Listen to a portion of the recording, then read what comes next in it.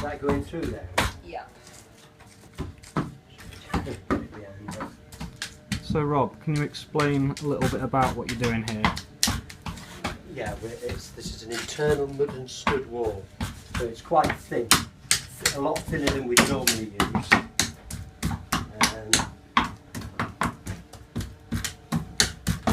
So as you can see, it's mud going through and around Riven Ash Lats on an oak frame.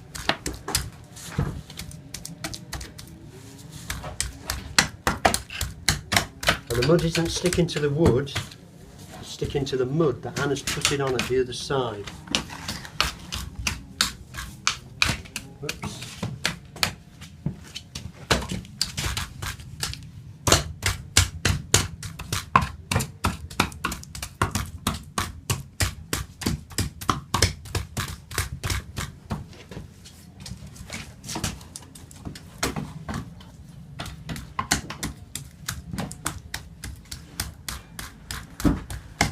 What's the mud made up from?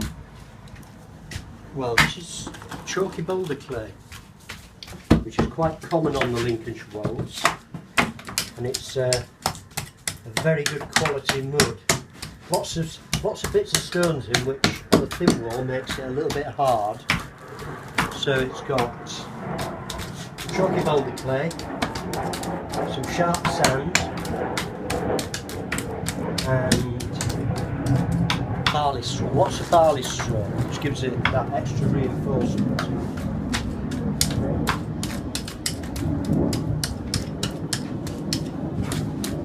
And of course it's mixed with water, it's soaked and mixed in water. So could you tell us why on one side of the wall the mud goes all the way down to the floor and on the other side it's located within the frame? Right, mud and stud doesn't infill a panel, it covers a panel, covers the outer panel, and on the inside of the frame it's exposed. And that's why you see mud and stud cottages and houses look sort of like cob, like monolithic mud, but they're not. They're attached to a frame. They have a skeleton. Well, yes, it's an armature. So you've got your oak frame with your Riven Ash Lats actually nailed to the outside of the frame. The other side, you've just got your oak panel, and it will look like wattle and daub from the other side. But this side, it will just be solid mud.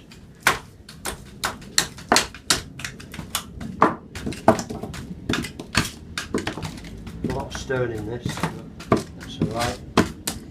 It's too big, it stays out. If it's not too big, it can stay in it.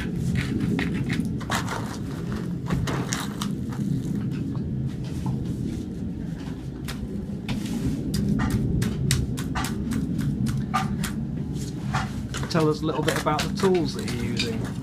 Yeah, these are daubing forks, and they're a traditional daubing tool. Particularly found in Lincolnshire, although I have seen daubed walls in other counties with the same finish as we get in Lincolnshire, so they must have had them in other counties as well. A great tool, look. Muddy. I'm not muddy, the tool's muddy and the wall's muddy. So it's a cleaner job than people would think. Yeah, that's right. So we're only going to go 12 inches up, a bit to there, and then we'll travel along. What prevents you from going any higher? Well, nothing prevents us except that there's a possibility of it slumping, although there's quite a stiff mix, and I don't think it would slump too much, but we'll go along at this rate and see how it goes. Just try to come out to the outside of that box. So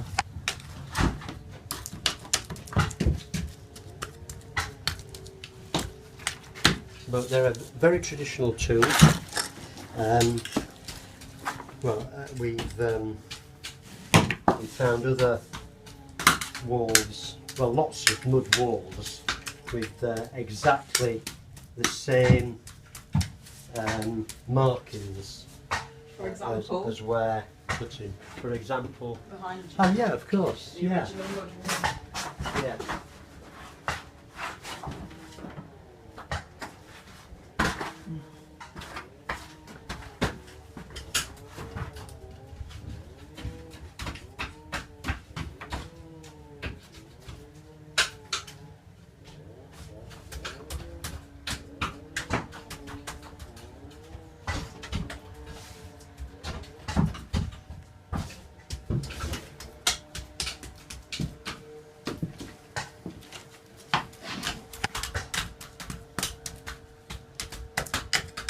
Are you going to ask me the most commonly asked question about what's in the mud?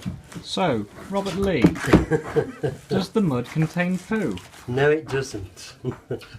And as far as I know,